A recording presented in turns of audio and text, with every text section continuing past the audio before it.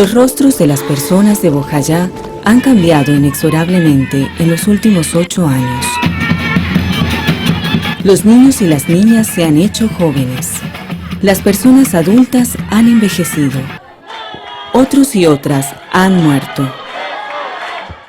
Mientras que los renacientes crecen escuchando el dolor de su historia reciente. Todos arrastran el recuerdo de lo acontecido el 2 de mayo del año 2002, en la Capilla Católica de Bellavista, cabecera municipal de Bojayá.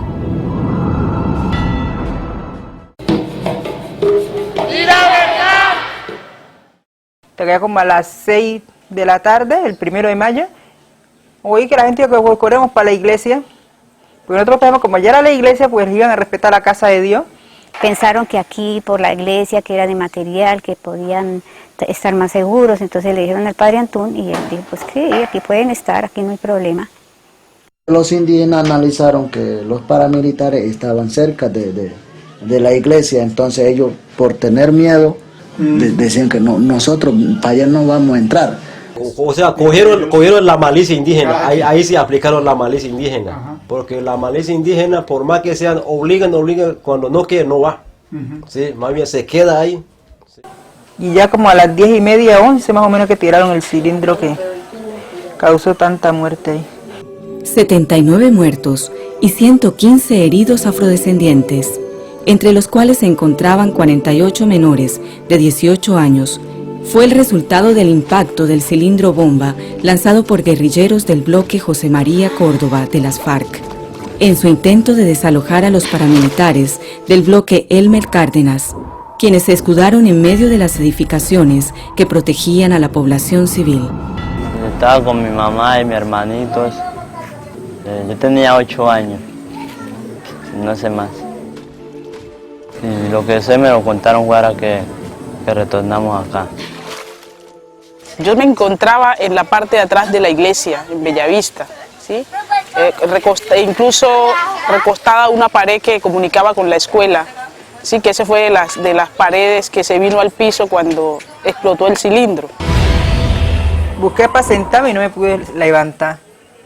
Y me toco así la parte hacia atrás y lo que tenía era carne humana ahí pegada. Y ahí empecé a irme sacudiendo hasta que alcancé a levantar un poquito. Y el poco de muerto que había ahí. Perdí 2 hijos, 2 nietos, 4 familias. Dillon, Guillermina, Shirley tenía 5 años, una niña. Y el niño que nació, en el preciso momento le tiraron la pipeta. Ahí nació él. Pero cuando cayó la pipeta, yo de allá salí corriendo de la iglesia con el nieto pequeño, toda herida. No, yo me quedé dormido, yo no sentí nada. Pero ahora la verdad me cayó un hijo y un nieto. El mío llamaba El Lindo y el nieto llamaba Wilma. Escuchaba llanto por allá, llanto por acá. Yo dije, ay Virgen del Carmen, yo quedé sola, apenas la familia quedé yo y esta niña. Salgo corriendo y están los paramilitares disparando. De allí del colegio, que están tirados ahí en la Panamericana, están acostados ahí disparando como para allá, para el puente. A poquito sale tía, apenas quedamos los dos, vean que mi mamá se murió mi abuela, se murió la chachi, se murió Santo, que no quedamos apenas los 3 con Noraisi. Y yo lloraba él, me abrazaba y lloramos nosotros ahí. Ajá, pues yo me sentía con esto dormido, como me habían puesto anestesia, todo esto, lo sentía bien dormido así.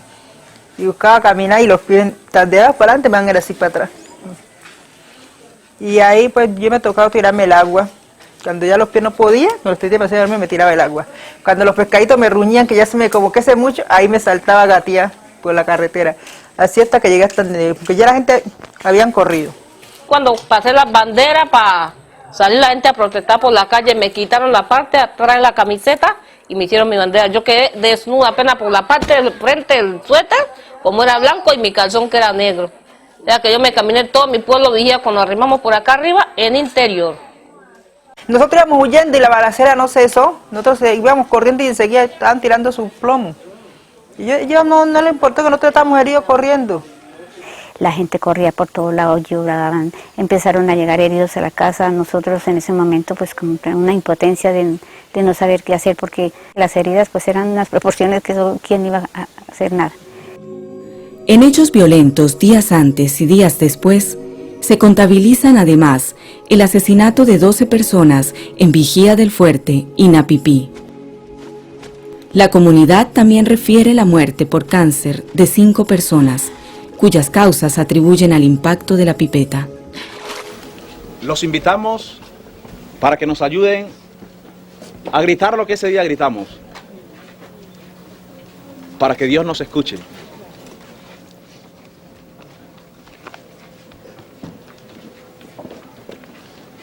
Y de aquí el padre Antún, ese que está aquí, promovió: busquen bote y vámonos para Vigía. Traslaémonos, muchachos, traslaémonos para que no vamos a morir aquí todos. Y así se hizo. ¿Quiénes somos? La población civil. ¿Qué exigimos? Que nos respeten la vida. ¿Quiénes somos? La población civil. ¿Qué exigimos? Que nos respeten la vida.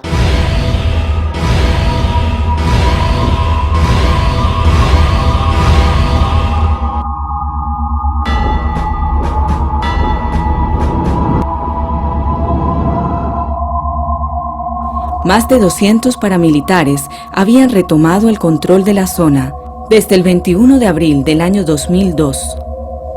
Habían zarpado en 7 embarcaciones desde Turbo, Antioquia, y atravesaron Río Sucio, Chocó, 2 municipios fuertemente vigilados por la fuerza pública, pero donde no fueron conminados ni detenidos. A su paso por el municipio del Carmen del Darién, los paramilitares mataron a golpes y a tiros a 2 afrodescendientes. Vienen con todo su poderío de armas, ¿no? Llegan acá por el atrato, eran 7 pangas amedrantando a la gente.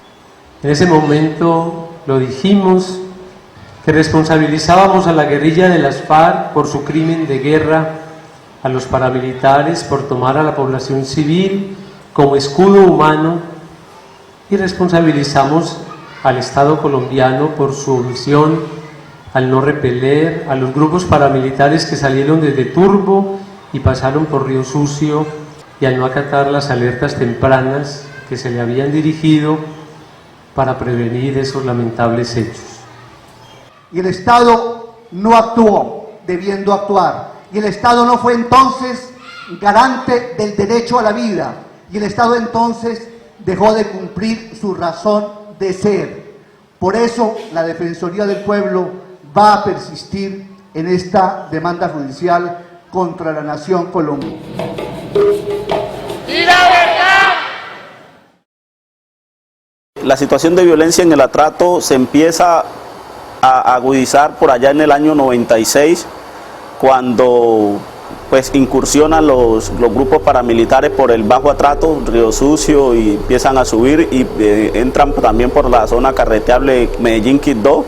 En 1996, que hay muchos retenes en el momento, muchos armados, por esos miedos nosotros no bajamos, así como bajamos anterior.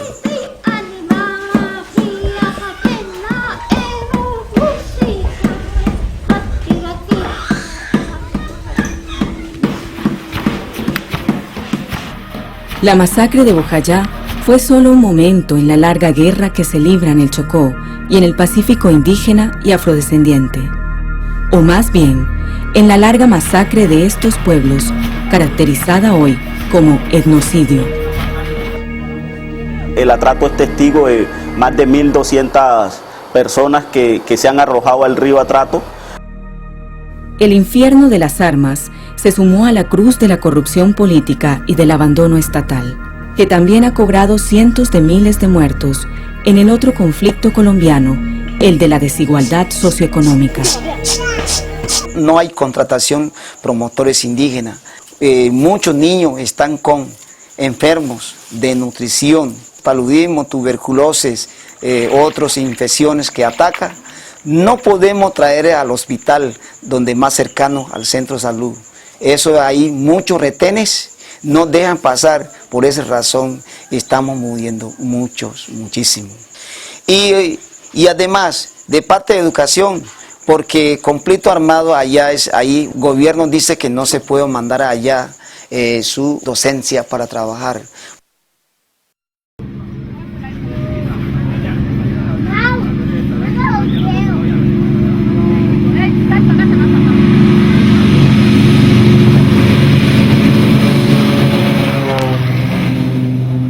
Cuando los paramilitares entran al medio atrato, se toman a Vigía del Fuerte y a Bellavista. Por otro lado, pues todo el control también que venía haciendo la FARC en cabeza del bloque José María Córdoba. Fue muy traumático para nosotros, la gente que vivíamos a orillas del atrato, la situación de miedo, de zozobra, cada que veíamos una panga de los paramilitares, sí, porque había una que se llamaba Rumbo al Cielo y cada que montaban a alguien a esa panga ya uno sabía que ese no lo volvía a ver. 1 o 2 años atrás se venía denunciando todo lo que era el accionar de los grupos paramilitares en connivencia de la fuerza pública. Las operaciones militares y paramilitares se montaron sobre la base de aniquilar a la guerrilla, pero lo que se demostró varios años después es que el interés principal fue desplazar a afrodescendientes e indígenas para apoderarse del territorio, rico en tierras aptas para la agricultura, para la explotación forestal, la minería y la biodiversidad principalmente. Nos representa muchas finanzas el tema de las maderas, el tema del transporte, el tema del comercio como tal, formal e informal en la región, y la industria como tal, ganadera, palmera y bananera. ¿Cómo olvidarnos nosotros que por los intereses de sembrar palma y toda esa situación, cuánta gente nos mataron en Jiguamiandó y Curvarado? Eso nos va llevando a entender un poco por qué tanto despojo, por qué tanta guerra en nuestra región. Para el gobierno es más importante desarrollar sus políticas y sus grandes megaproyectos que garantizar la vida de nosotros los negros y las negras, los indígenas que habitamos en el Pacífico colombiano. Entonces es muy delicada la situación, pero resulta que eso no lo podemos decir. Los monocultivos, los agrocombustibles, como en el caso de la palma, se han metido en muchas regiones del país a sangre y juego, provocando desplazamientos, masacres. Pues a mí me parece que ahí el Estado está seriamente comprometido y tendrá que responder en algún escenario internacional.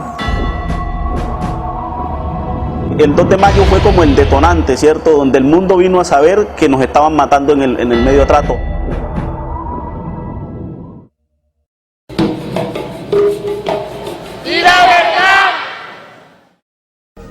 Los periodistas de los grandes medios nacionales llegaron el 9 de mayo. Permanecieron 4 horas, tiempo en el cual tomaron las notas, las imágenes y los sonidos que se convertirían en crónicas y noticias. Llegaron y se fueron en los helicópteros del ejército. El equipo de comunicaciones de la diócesis de Quibdó, tras varios días de permanencia, registró y escuchó las voces silenciadas, tratando de ver lo que no se dejaba ver. No, sí, nosotros le decíamos que hasta ahora pasa por... Se obtuvo en ese entonces esta mirada del coronel Orlando Pulido Rojas, comandante del batallón de infantería Manosalva Flores. Perfecto. Bueno, muchas gracias. Se hallaba junto al general Mario Montoya Uribe, comandante de la 4ª Brigada del Ejército. Entonces, ¿por qué también responsabilizamos al Estado? Después de cuando se hizo la retoma de Vigía y Bellavista, casi 5 días después, los militares lo que hacen es sacar a los paramilitares, a los pocos que quedaban en el monte, y los presentaron de civiles en Vigía del Fuerte. Aún más, lo más grave, saquear las casas de la gente de Bellavista y vestir a los paramilitares, vestirlos con sus ropas. Tanto es que la misma gente, cuando los paramilitares junto con la fuerza pública llegan a Vigía del Fuerte, la gente empieza a reconocer su ropa. La gente empieza a decir, ve, esa es mi pantaloneta, esa camiseta es mía, ese buzo es mío.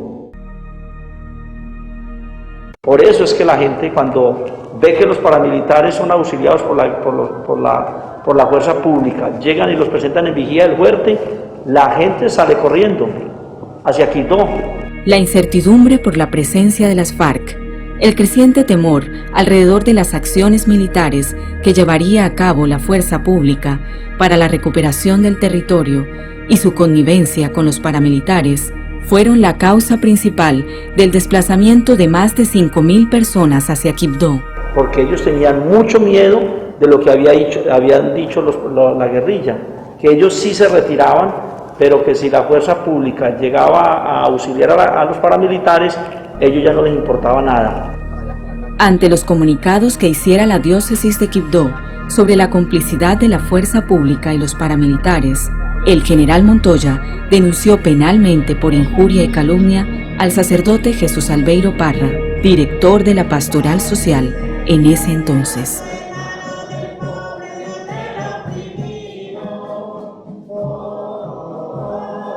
Viene la demanda, una demanda por injuria y calumnia que me hace a mí el general Montoya por haber dicho esa verdad tan grande. Ese proceso duró nada más de un año, el fiscal lo tuvo que cerrar a favor nuestro, o sea, no lo siguió investigando. ¿Por qué? Porque es que eso lo vio en esas imágenes, ahí están las imágenes. Mire que el alemán lo está diciendo en las versiones libres, en las versiones, está diciendo cómo ellos sí recibieron apoyo de la fuerza pública.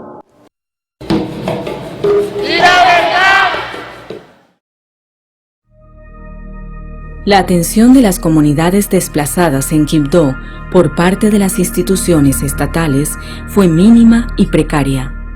El Estado en este éxodo no actuó a la altura de las circunstancias en relación con numerosas personas desplazadas.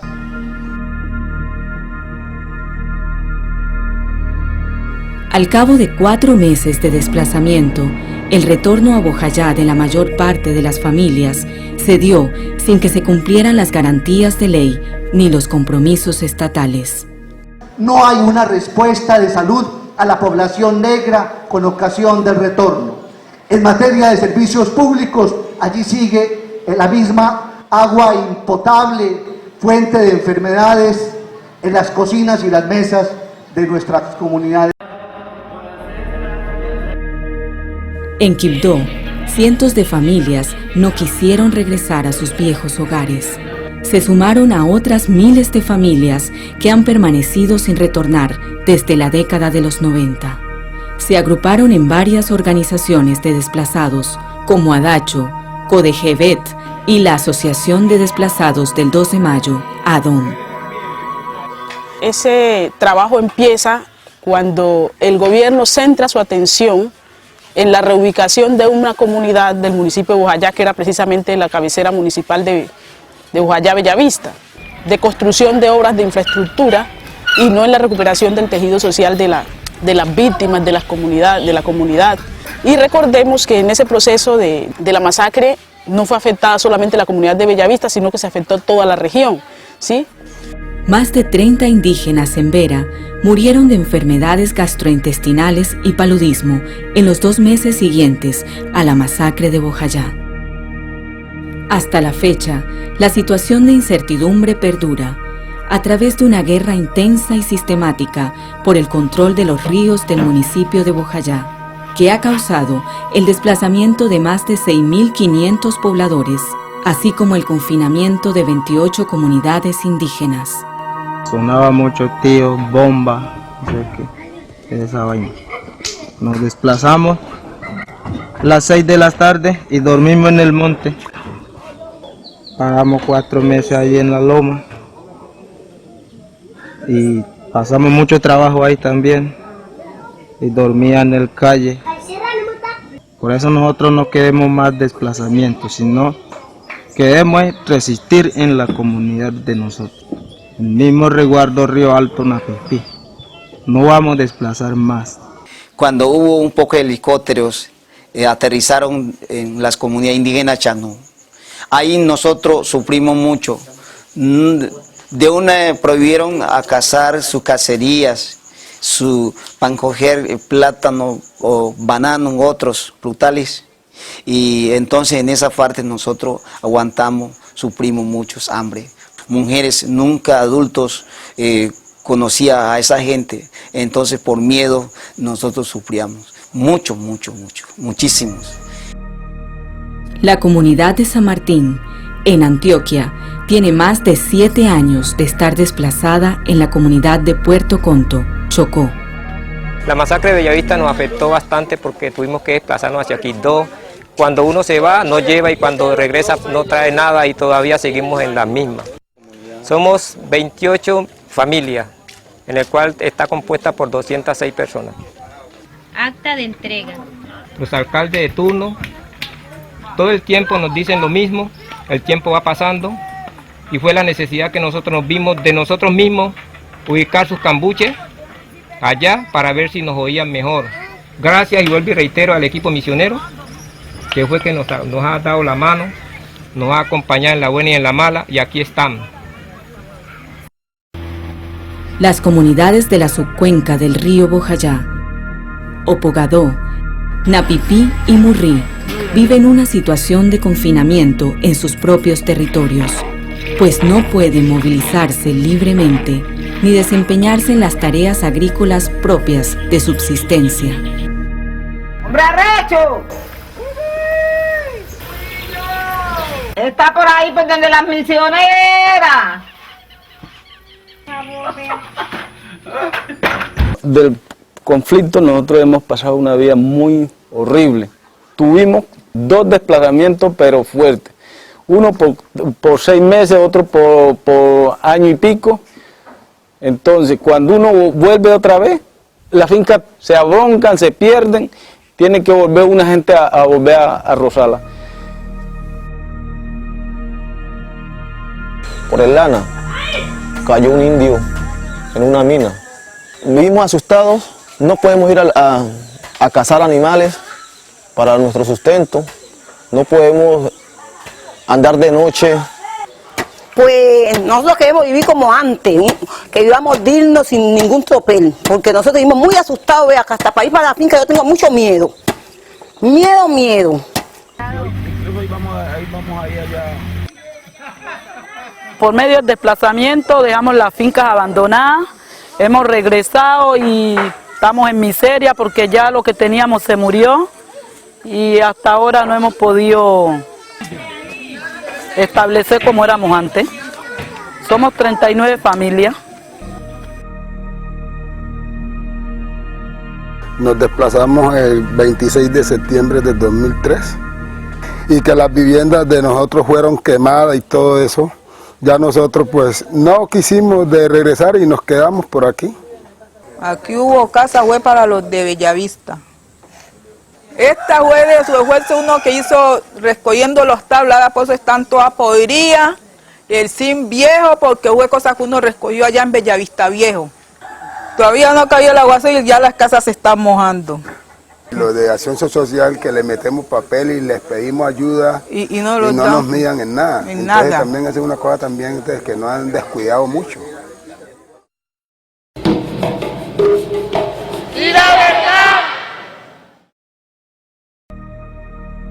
El Estado centró sus esfuerzos en la promesa presidencial de la reubicación de Bellavista, con una inversión de más de 34.000 millones de pesos. Sin embargo, la inconformidad por las obras es evidente. Yo aquí no estoy contenta. Aquí estoy resignada, pero no contenta ni amañada. Cuando el presidente vino a recibir el pueblo, pues decían que él llegaba hoy domingo. Entonces los que estaban encargados de eso iban y buscaban puertas donde no las tenían, entonces le pegaban a las casas que estaban visibles. Bojayá was destroyed and 119 people were killed by terrorist group Guerrilla FARC. Last December, on the 31st, I came here with the Ministry of Defense, the commanders of the different armies, to supervise the advance of the construction of this municipality. Cuando se fue el presidente, entonces como esas puertas no eran de esta casa, se las quitaron. Nosotros aquí no tenemos servicio de ducha y el baño está malo. Tenemos servicio. Ve a ver. Ve a ver. Bueno, aquí lo alcantarillado, aquí en esta casa funciona mal. ¿Y aquí cocinan? Ahí es que cocinamos. Y que lo que hablaban era que nos iban a dar viviendas dignas. A nosotros aquí no nos dieron viviendas dignas. En este momento venimos prestando los servicios públicos como aseo, acueducto, alcantarillado y energía. Ya dan 3 días que estamos sin energía. A nadie le informan nada. La prenden a las 6:30 y la apagan a las 10:30. El hecho es que eso varía. De hace 3 días no tenemos energía porque ya el motor tiene 3 años de instalado y se nota que el motor no era un motor nuevo. Acá no tenemos servicio de energía, vamos para 2 meses porque sí, el transformador se quemó y nosotros vamos para 2 meses acá energía, súbela, llega a todos los otros barrios y acá no llega. As you know, we have advanced a lot Como ustedes saben, hemos avanzado mucho with the interconnection to bring energy to the Tosto River communities. Espero que al final del próximo año podamos inaugurar la interconexión aquí en Bojayá. Vamos a emprender esa tarea. El agua en los grifos es escasa y no es potable, proveniente de un acueducto insuficiente que necesita combustible costoso para bombear. La lluvia sigue siendo la máxima proveedora. Queda la echan por 1 hora y ahí la quitan. Y esta calle, vea la vez que llovió fue ayer y vea la que todavía está encharcada. Estamos expuestos a que se nos prolifere una epidemia por el sistema de alcantarillado que nos instalaron en la nueva. No se iba para allá, para la ciénaga, traía un poco de pescado, lo vendía, no mantenía sus champas, no tenía sus champas, tenía sus botes, hacía sus actividades. Acá uno no lo puede hacer, porque si igual yo tengo la champa y la dejo allá, al otro día que vaya no la encuentro. Si es para allá al río, es un problema porque, ve. Y sin fuente de trabajo, entonces estamos llevados. El precario sistema de salud y la desidia de la administración municipal agravan los problemas de Bojayá. Cada día esta comunidad se siente más el hambre, se siente más la miseria. Valga preguntarnos qué se hacen los recursos. Me parece a mí que las comunidades más lejanas no cuentan con esos recursos y para venir hasta acá les toca recorrer mucho y cuando llegan ya llegan muy mal. Sí, a veces me duele la cabeza y también el oído me molesta. Siempre que voy al hospital me dan una gota y me saco me eché y eso no me hace provecho. Que están los médicos y no tienen con qué trabajar porque no hay herramientas y no hay ni guantes. No para el mandatario aquí y no hay una atención aquí por parte del alcalde, entonces todo eso va influyendo y la comunidad pide por favor de que su mandatario permanezca más tiempo aquí en la comunidad y también se involucre más en los procesos y gestione soluciones ante la difícil situación de pobreza, de hambre, de miseria que vive la comunidad de Bojayá. Vigía del Fuerte, en mi municipio y queda dentro de la selva, a orillas del río Atrato. Acá hay buen trato, solo hay 2 vías, una aérea y otra acuática de que se viste y come la gente, de la agricultura, ok, y la pesca. El plato típico es pescado bien acompañado de plátano y borojo y se forma el bololo a ser pelado. Despierta el amanecer y se ve como toda la naturaleza se va levantando lentamente. Existe un toque de queda en el río Atrato que va de las 6 de la tarde a 6 de la mañana, como argumento para garantizar la seguridad. Esta medida, que afecta las faenas de pesca y caza tradicionales de la comunidad, Lejos de combatir a los grupos paramilitares que se movilizan libremente, tanto en Vigía del Fuerte como en Bojayá, ha propiciado situaciones difíciles para la seguridad alimentaria de la población. En el municipio de Vigía, que es un municipio vecino, la gente manifiesta que hay presencia de grupos de águilas negras, que constantemente esas personas vienen acá a la cabecera municipal y se regresan. Eso ha sido denunciado por parte de la personería en los diferentes consejos de seguridad. Se ha puesto a conocimiento del alcalde y las personas que participan de ese consejo. Lo que informan los miembros del ejército es que no tienen conocimiento al respecto y que necesitan que sea la comunidad la que los ponga al tanto de eso.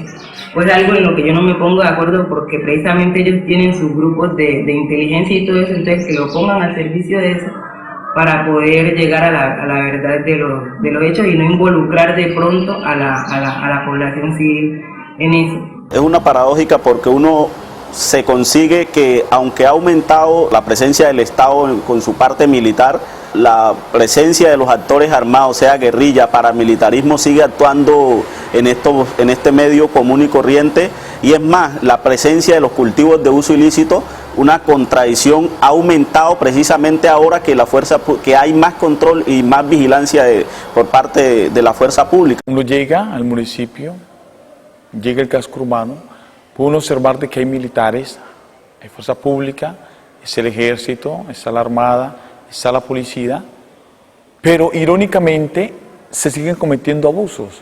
Irónicamente entran a las comunidades y encuentran grupos al margen de la ley. Irónicamente, vemos que en el mismo casco urbano se siguen cometiendo atropellos, abusos, robos. Y entonces, ¿dónde está la fuerza pública?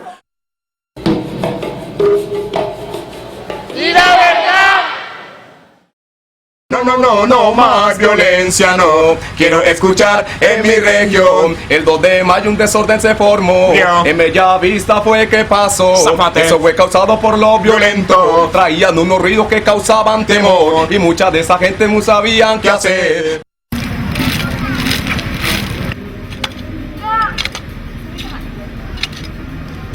Las mujeres recuerdan con nostalgia y tristeza el viejo Bellavista. Un pueblo fantasma que ha cedido las calles y sus corredores al pastoreo del ganado. Esta casa era de la señora Tomasa Palacio, esta. Y esta de la señora Rosa Elena Chaena. Y esta era la de mi vecino Cucho, José de la Cruz, Valencia. Este es el sitio de mi casa. Aquí nacieron todos mis hijos y la de acá era la de mi mamá, donde me crié yo. ¡La reina!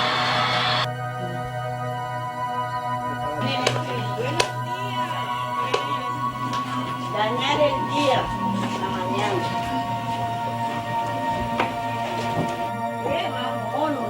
Todavía no hemos podido arreglar. De la rata, bien. Y aquí a este lado estaba el comedor y la pieza de nosotros era allá, en ese sitio. Estaban los baños y para acá la cocina.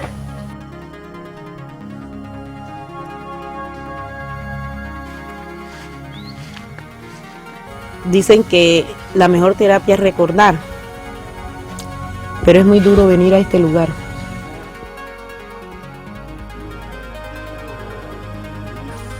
De verdad sí quisiera que este sitio acá lo pudiéramos convertir en un verdadero santuario donde podamos guardar la memoria de todas las víctimas. Si ellas pudieran hablar. De pronto lo que le pedirían a uno, tal vez de pronto por la costumbre acá de uno, su tradición, una tumba donde ellos pudieran descansar y que la gente los pudiera recordar.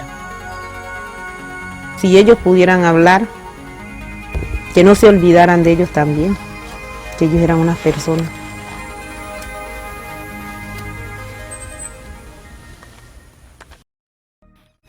Las hermanas misioneras agustinas permanecen en el viejo pueblo, al lado de la capilla que hoy es símbolo y memoria del dolor y el sufrimiento derivado de la masacre.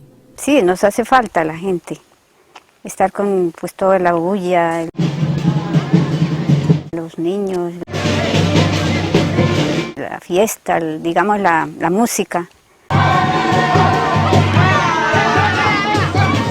Porque eso es parte del pueblo y eso es parte de lo que hemos vivido, ¿no? Pero pues tampoco queremos ser ahí eternas aquí, ¿no? Algún día habrá algo que hacer. Desde el viejo Bellavista acompañan la organización de las comunidades conjuntamente con la parroquia de Bojayá, la parroquia de Vigía del Fuerte y las hermanas Lauritas, siguiendo el plan pastoral de la diócesis de Quibdó. Todos y todas buscan signos de vida y esperanza, inspirados por la obra y martirio, también a manos de paramilitares, del sacerdote párroco de Bojayá, Jorge Luis Mazo, el 18 de noviembre de 1999. No se nos olvida nunca el padre Jorge Luis. ¡Y la verdad!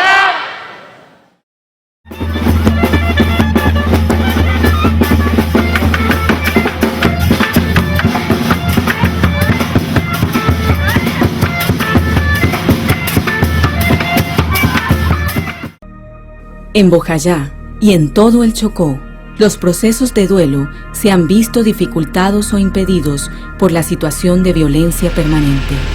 Sin embargo, la resistencia al conflicto y al modelo económico extractivista se expresa desde la cultura, con los cantos, las danzas, la música, el teatro, la artesanía. Acá las mujeres están más metidas en todos los procesos que los hombres. Son mecanismos para espantar y asimilar el dolor y la tristeza por los seres perdidos. Es el reencuentro con sus ancestros, desde el rescate y promoción de sus formas de ver, entender y reinventar el mundo.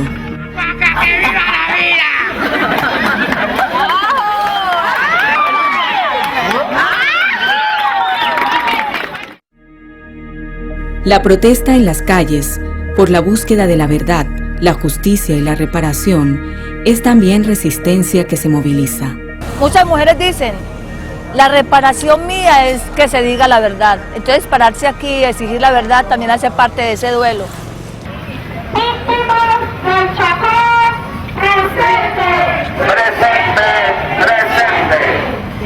En el año 2007, las víctimas del Chocó fueron hasta Medellín para escuchar en audiencia a alias el Alemán. Somos víctimas del Chocó, que hemos perdido sus seres queridos.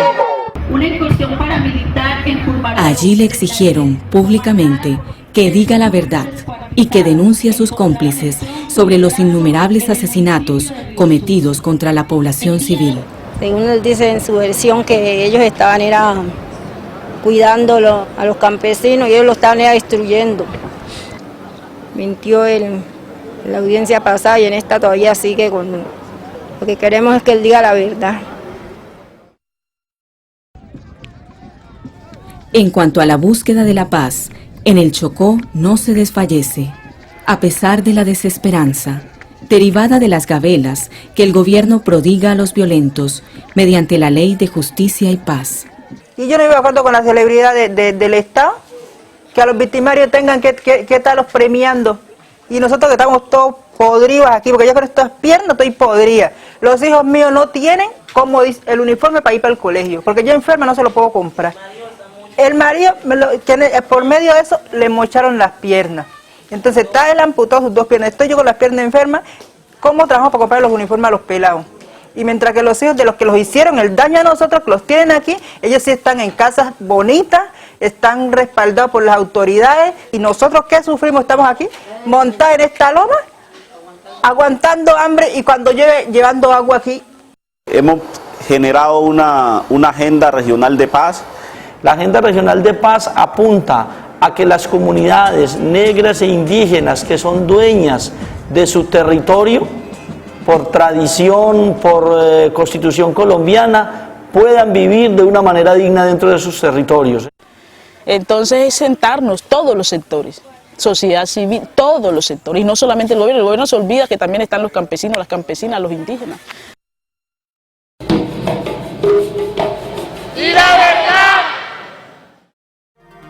En la masacre de Bojayá se transgredieron todos los parámetros de los derechos humanos y del derecho internacional humanitario, pues fue un ataque aleve e indiscriminado contra civiles, incluidos menores, a quienes los actores armados sometieron al fuego cruzado de una guerra sin límites e inmersa en prácticas ilícitas proscritas a nivel global.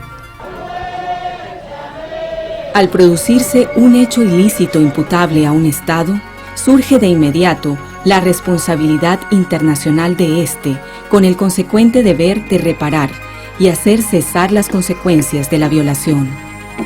Sin embargo, el Estado colombiano no ha cumplido a cabalidad las acciones que propendan por la restitución, indemnización, rehabilitación, satisfacción y las garantías de no repetición de los hechos violatorios. Tampoco ha desplegado las condiciones necesarias para el establecimiento de la verdad y el ejercicio real de la justicia. Entonces, ¿eso qué reparación es si la gente en vez de estar reparada está desamedrentada? Para nosotros es muy doloroso que nuestros muertos hayan quedado tirados en fosas comunes o los huesos tirados sin ataúdes, sin que nosotros hayamos podido hacer los cantos, los rezos, los velorios que nosotros estamos acostumbrados a hacer. Eso es muy traumático para nosotros. Existen aún muchas obligaciones estatales pendientes en materia de investigación y sanción. De todos los militares inicialmente investigados disciplinariamente, todos fueron absueltos, menos el teniente coronel Pulido Rojas, que solo fue suspendido del cargo por 90 días. Las investigaciones penales sobre la masacre han apuntado a la actuación exclusiva de las FARC bajo un acto doloso, excluyendo el papel activo de paramilitares y al menos omisivo de militares oficiales por los hechos posteriores al 7 de mayo. Al encargado de la Brigada 17 de la época, al encargado de la 4ª Brigada de la época, en este caso el general Montoya, a mí me parece que lo debieran de llamar a que responda por todos estos hechos que en su momento nosotros los denunciamos. Ante las obligaciones incumplidas del Estado en materia de investigación, sanción y reparación integral, existen actualmente algunas peticiones ante la Comisión Interamericana de Derechos Humanos, las cuales se encuentran en trámite.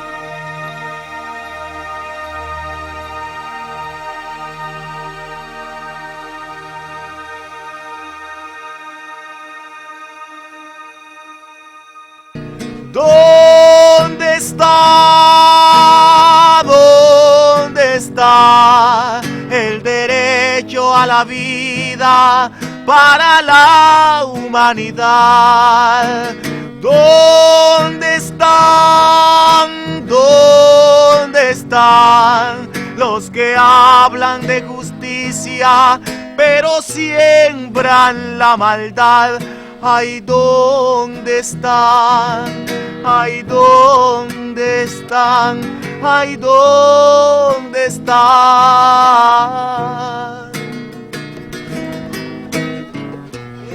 El deseo de poder, las ganas de gobernar, está acabando con la gente. Hoy recuerdo a Bojayá, destrozaron inocentes y los mataron sin piedad, destruyeron sus escuelas y acabaron con su paz. ¿Dónde está? ¿Dónde está el derecho a la vida para la humanidad? ¿Dónde están? ¿Dónde están los los que hablan de justicia, pero siembran la maldad. Ay, ¿dónde están? Ay, ¿dónde están? Ay, ¿dónde está la anhelada libertad? ¿Dónde